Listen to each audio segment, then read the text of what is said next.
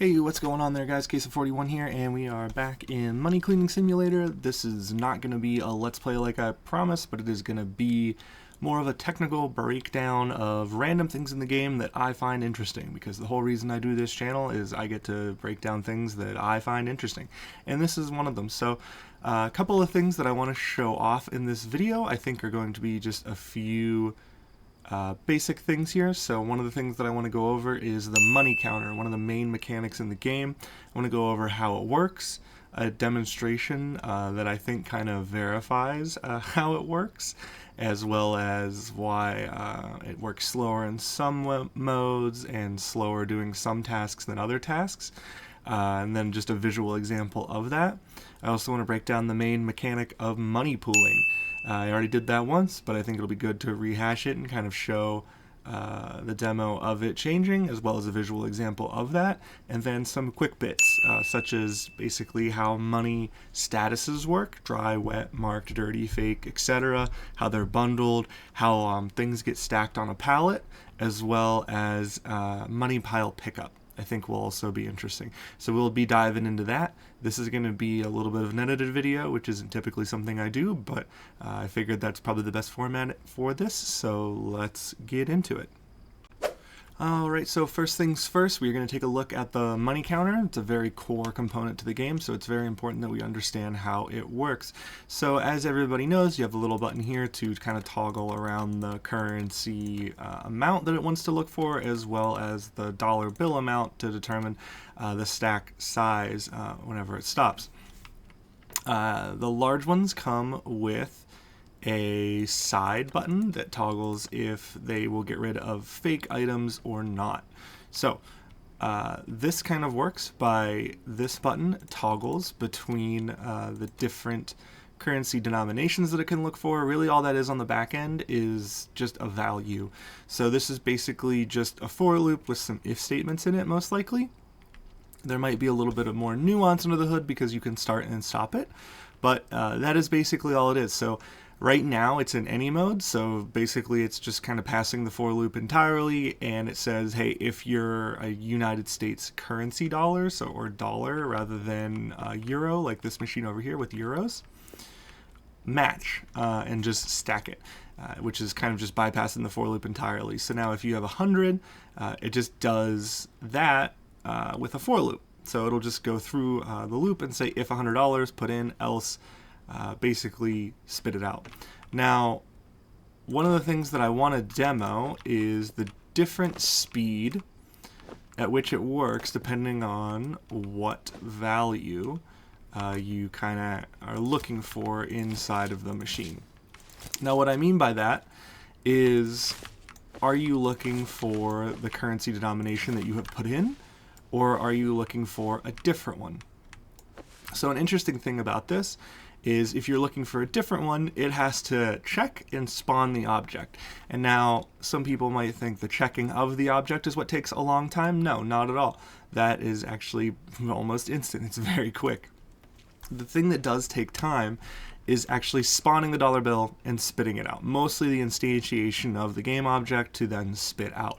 So that is why, if you are looking for something that is not the denomination you put in, so we put in $320 bills, and let's just go ahead and do a quick time lapse and see how long it takes to do $320 bills whenever that is not what I'm looking for.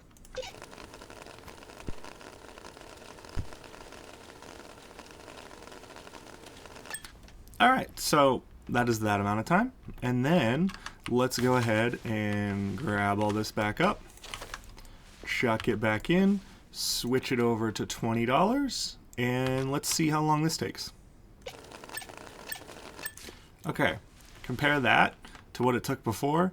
Enormously quicker because it doesn't have to instantiate the game object and spit it out.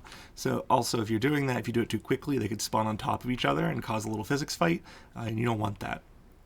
So basically that is how it works under the hood. Next up is one I've already touched on, but it was one that's a very important mechanic to the game, is the money piling.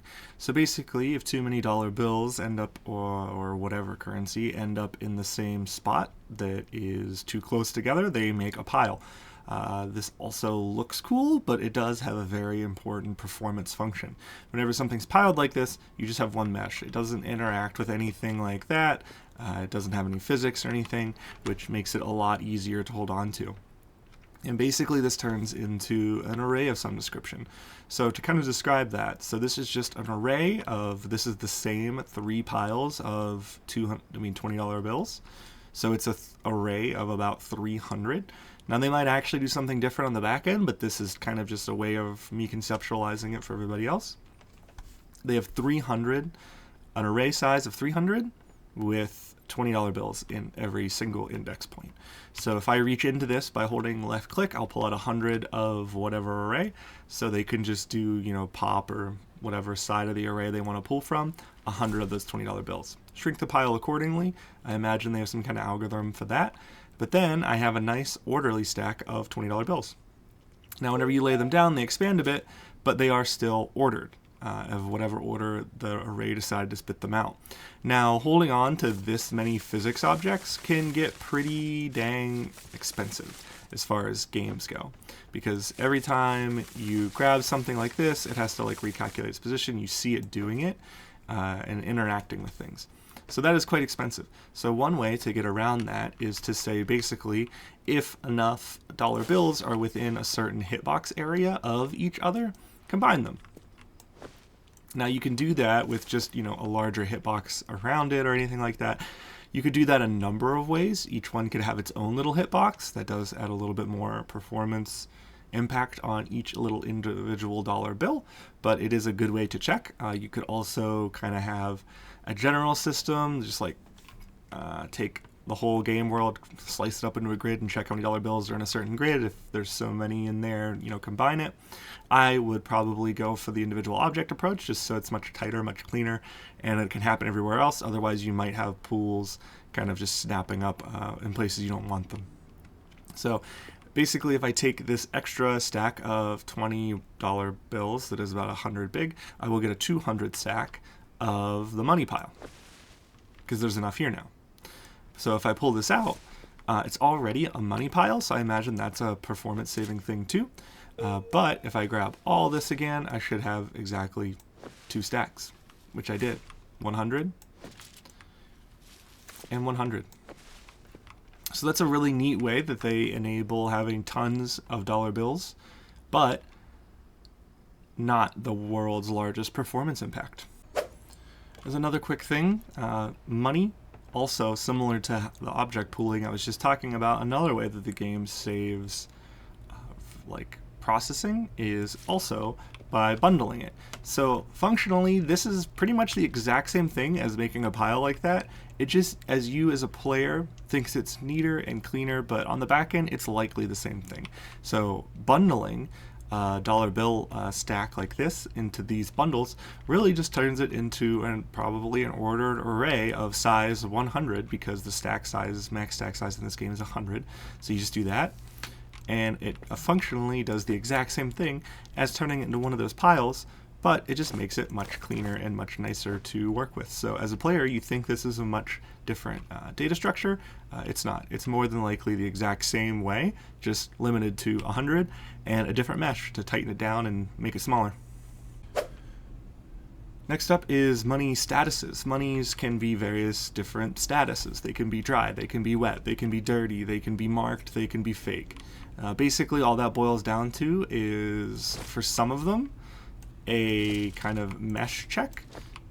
Basically, these ones are wet. You can see them kind of dripping a little bit off in the corners and stuff like that. But otherwise, there's not too much indication that these are wet, other than occasionally it drips. You can also get a little bit of it from kind of the reflections here on the money, so you can kind of see that it's wet. But that really is probably just a data structure of some description that basically boils down to booleans of is dry equal true, is wet equal true, is dirty equal true, is counterfeit equals true, because those are all just single states, either it is or it is not. The one thing that could be a little bit different is the marked statuses, which I have a couple of them over here. So the marked statuses are marked by various different organizations. But basically all this boils down to is most likely, if I was going to do this, I would do it as some form of like enum data type, and I would probably have a boolean that says is marked, so is it marked at all? And if false, I wouldn't worry about it, but if it was true, I would probably have an enum and then do like dot FDI, dot police, dot Yakuza, dot mafia, dot cartel, dot unknown.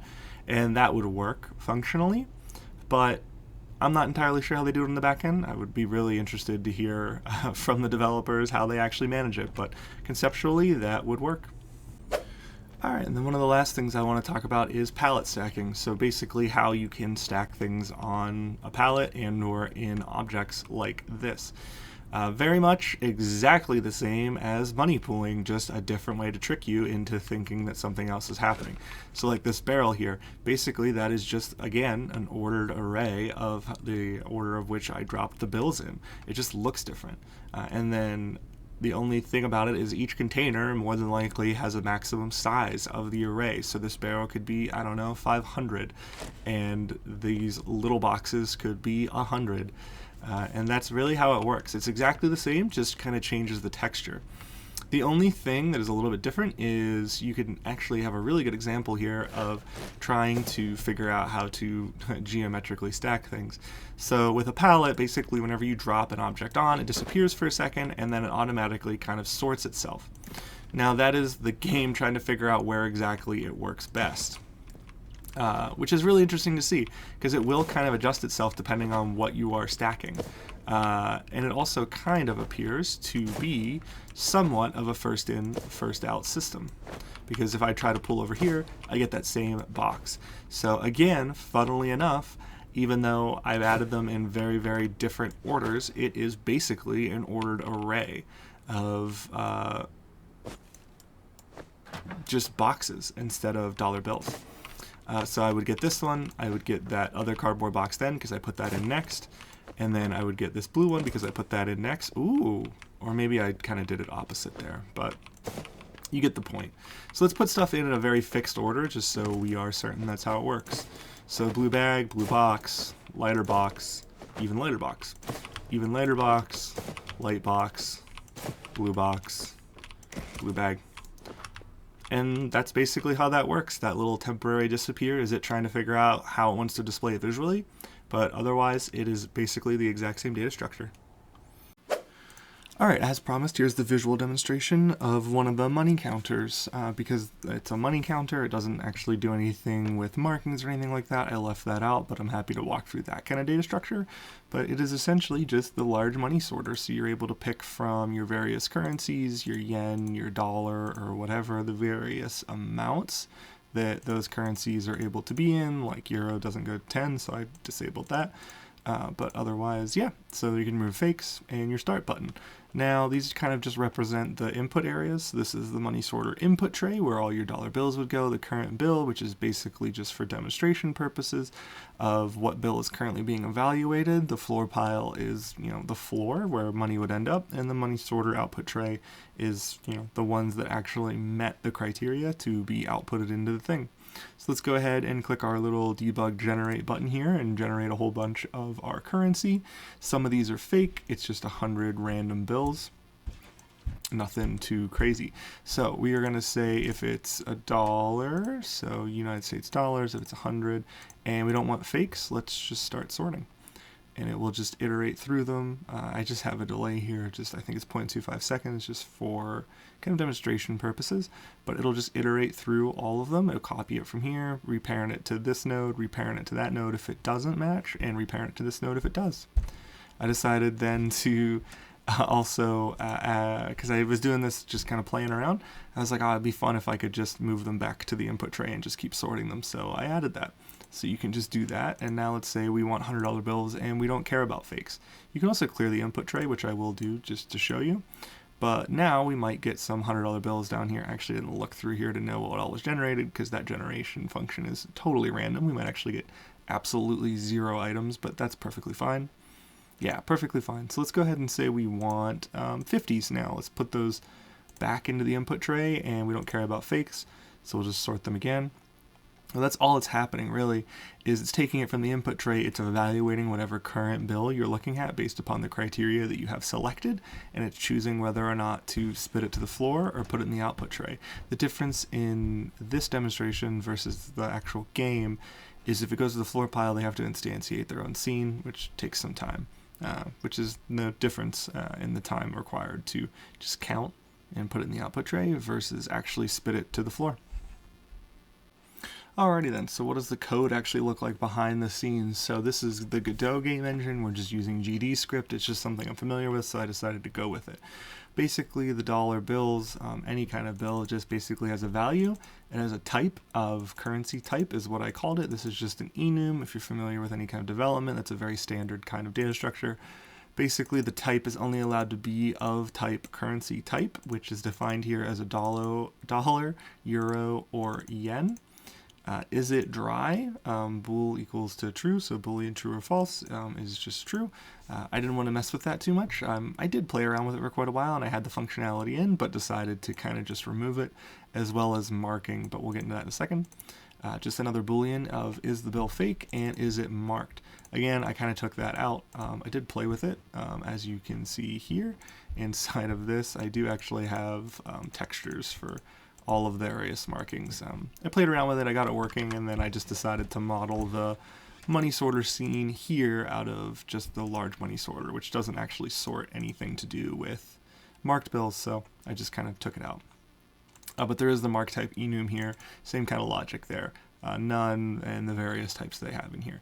So this is just the setup for the coding demo. It has really nothing to do with actual functionality of the actual money sorter itself. This is more just me setting up that demo.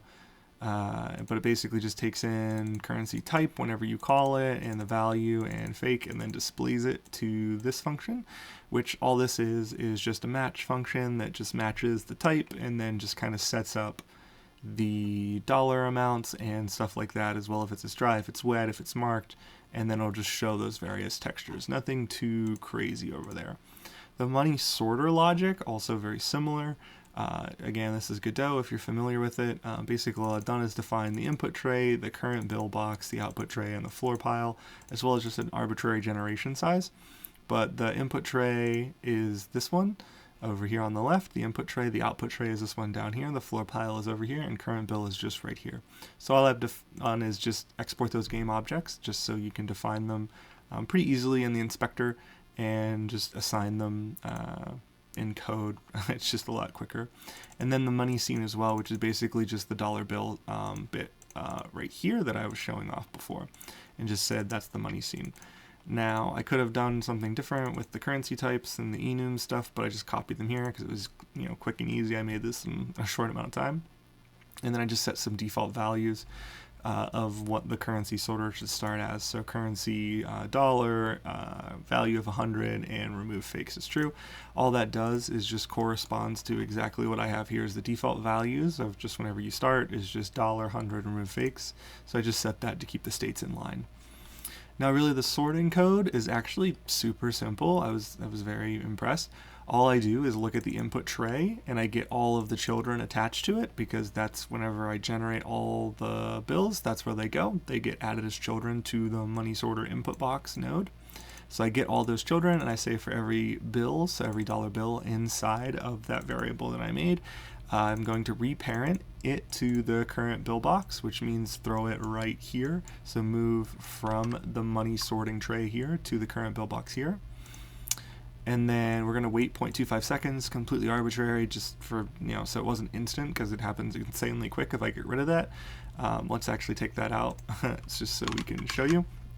And then if remove fakes is true, we say if the bill, So if we're removing fakes, we will check if the bill is fake. If it's true, we just throw it to the floor pile, and then we continue, which basically just means move on to the next iteration of this loop, because if we've already moved to the floor pile, we're done. We don't have to do any more checking. If the bill dot type is current currency, which is whatever we select via this currency box, and bill.value is equal to the current value, which is whatever we select with this box, as that corresponds to the game or the button presses. We will reparent it to the output tray. And if it doesn't match any of that, we will reparent it to the floor pile. So basically just move it from the output tray to, from the current bill box to either the output tray or the floor tray, depending on what exactly they have. The rest of this is pretty much all just setup code, but as promised, I removed that wait timer. Let's see how quickly it happens now. So we will generate ourselves 100 things, and we will just hit start. Absolutely instant. Like completely and utterly instant, which is hilarious. So let's clear floor, let's clear tray. This generates 100 bills every time, so let's do 1, 2, 3, 4, 5, 6, 7, 8, 9, 10. So that's 1,000 bills. How quick can it do 1,000 bills? Virtually instantly. But kind of cool to see what happens if you just remove that timer. So very cool, but that's the code. If people want a little bit more in depth, happy to show it, but basically that's all it is these handful of lines right here, like 10 lines, and you basically have a money counter. The rest of it is just effects and other things. Now, all that being said about the money sorter, basically to sort out all of the marked stuff is basically the same logic as checking for fake. Just you would check for fake, you would check for, instead of checking for fake, you would check for if it is marked, and if it is marked just generally, because the game has the gang markings specifically, so you would just check if it's marked generally, and then you would just match on the mark specific type is what I called it this time, so that would just break it down to FDI, police, Yakuza, Mafia, Cartel, or whatever like that, and then you would just take action based on that, so nothing too crazy. Otherwise, I think that pretty much wraps up everything I wanted to show. So I would very much like to thank you guys for hanging around. If you find this content useful, I would love it if you would like and subscribe. It's always really interesting. I'm definitely thinking of doing more kind of game mechanic dives like this, and kind of doing a really rudimentary programming demonstration in Godot similar to what I've been doing. So if that interests you, just go ahead, give me some support, and I would love to keep doing these. This is actually kind of a lot of fun to code because it was just a very small little challenge. So thank you all very, very much, and I will see y'all next time.